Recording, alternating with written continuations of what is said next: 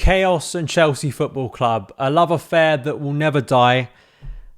We can't call this the rational perspective. This is the reaction. This is the therapy, the rest from and just trying to make sense of Nottingham Forest 2, Chelsea 3, a game that has just ended. Wow. It's absolutely insane to me that throughout everything we've talked about, the criticisms we've had of Chelsea, if Chelsea do finish this season sixth, it's not going to go down as one of the greatest seasons. How can it in the history of Chelsea? Obviously not, because we're talking about Champions Leagues, we're talking about Premier League titles. So I don't want people to misconstrue what I'm about to say.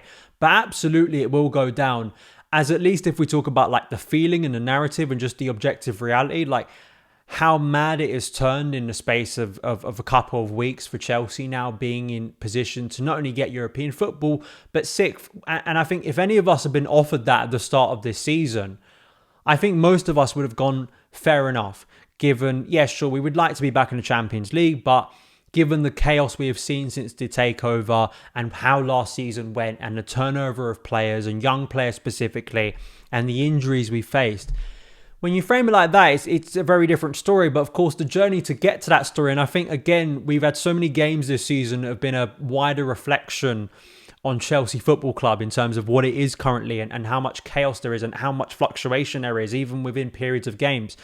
Because this was nowhere near the level of performance we saw in the second half against Aston Villa, the majority of the game against Spurs, and of course West Ham. This was actually one of Chelsea's poorest performances, but this was maybe the culmination of the confidence that has been built in recent weeks for Chelsea to show their character growing, to be able to come back from that knockdown, especially when Callum Hudson-Odoi caught onto his right foot, scored against his former club.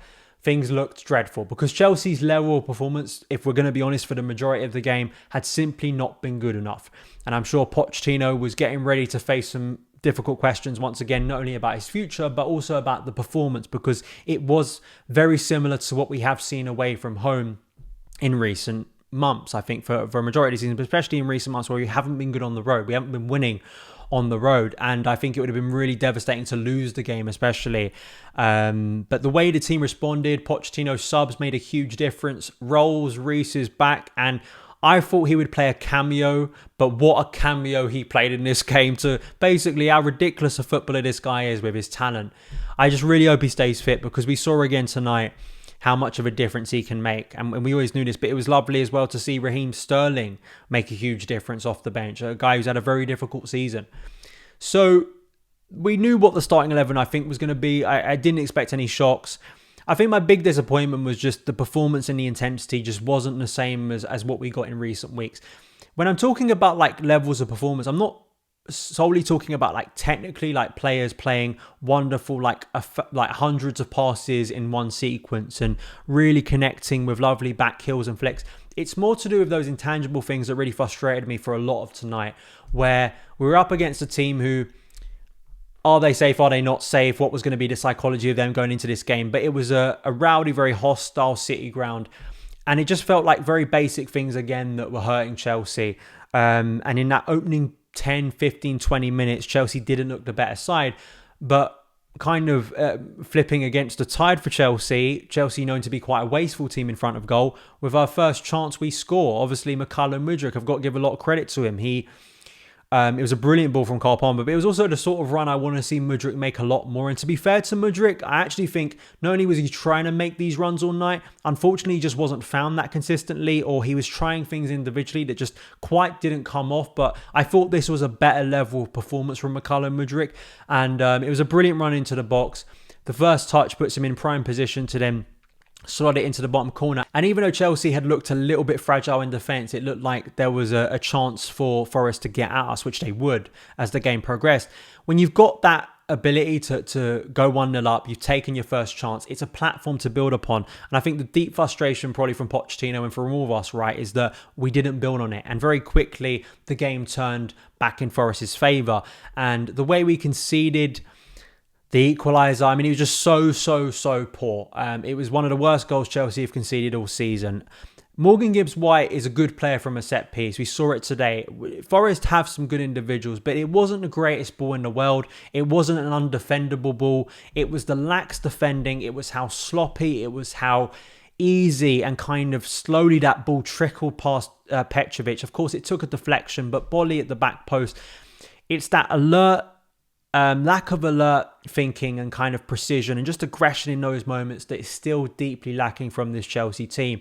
And unfortunately, as the game progressed, we saw more and more of that, where Forest could have gone into the break 2-1 up. Chris Wood had a few opportunities. Callum Hudson-Odoi was causing Chelsea problems down that left. I think Noni Maduake's tracking was not as good tonight, but you could tell that especially Callum Hudson-Odoi felt very sort of motivated to go against the Chelsea team, but it just wasn't to the same level of last week, and it felt like Forest were exploiting any gaps that were there to be had tonight in transition and at set pieces and when they played direct, things that you kind of would obviously highlight as flaws within this Chelsea team. Chelsea should have been 2-1 down a lot sooner than when they were. It was quite surprising that it literally took to like the last 15 minutes for Callum Hudson-Odoi to do what he did, because there was a sequence where I think Yates shot from distance, hit the post. Ola Aina, former Chelsea player, 2 in the academy, went wide. The biggest chance of that second half really came from a Hudson-Odoi chip to the back post. Gibbs White goes flying in, it hits the post, it comes back to Wood and he skies it. Chelsea got very fortunate tonight that those chances went awry for Nottingham Forest. And to be fair, it's reflective of where they are, because they did similar against Man City. They've done similar. It's kind of been a consistent theme of their season where they've got themselves into good positions, but their finishing simply hasn't been good enough. So Chelsea got lucky there, but they didn't get lucky.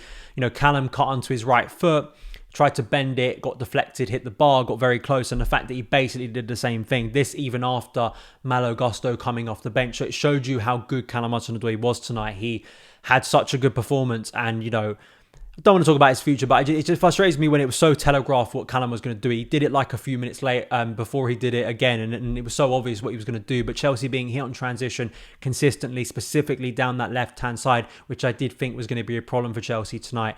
2-1 down, and you're kind of thinking this is not going Chelsea's favour. They haven't really clicked in this second half. Sure, there's been kind of half moments. We have hit the post from Thiago from a set piece, but nothing has really got you to feel that Chelsea are stepping up the gears. But then it felt like out of absolutely nothing, well, really, Reece James coming off the bench, Sterling coming off the bench, Reece getting across into the box, and suddenly something sparking out of nowhere, and it sparks from the right foot of Raheem Sterling cutting onto his right foot at the edge of the box and curling it into the bottom corner. Sublime piece of skill and execution from Sterling, who's obviously had a very challenging season, but when we needed him, he stepped up in a big way today. So you've got to give props to Sterling and props to Pochettino, because his subs did make a big difference today. And there maybe was an argument to not even play James tonight, but clearly we were wrong. Clearly I was wrong. He was ready tonight, and he came off the bench and then puts in a brilliant cross, one of the Reece James specials, to Nicolas Jackson at the back post, who heads it in. And in the space of a few minutes, the game has absolutely been turned.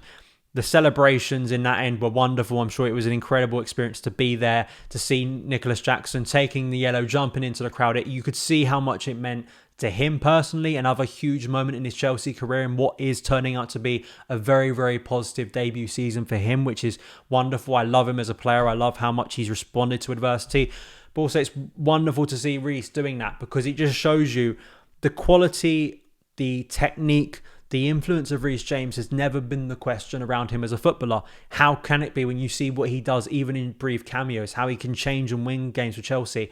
That's never been the point. The point has been the obvious point for Reece James for a long time is, can he stay fit? Can he remain durable? Because if he can, the world is his oyster. And I think we felt that for a number of years, but wonderful we've got him back now.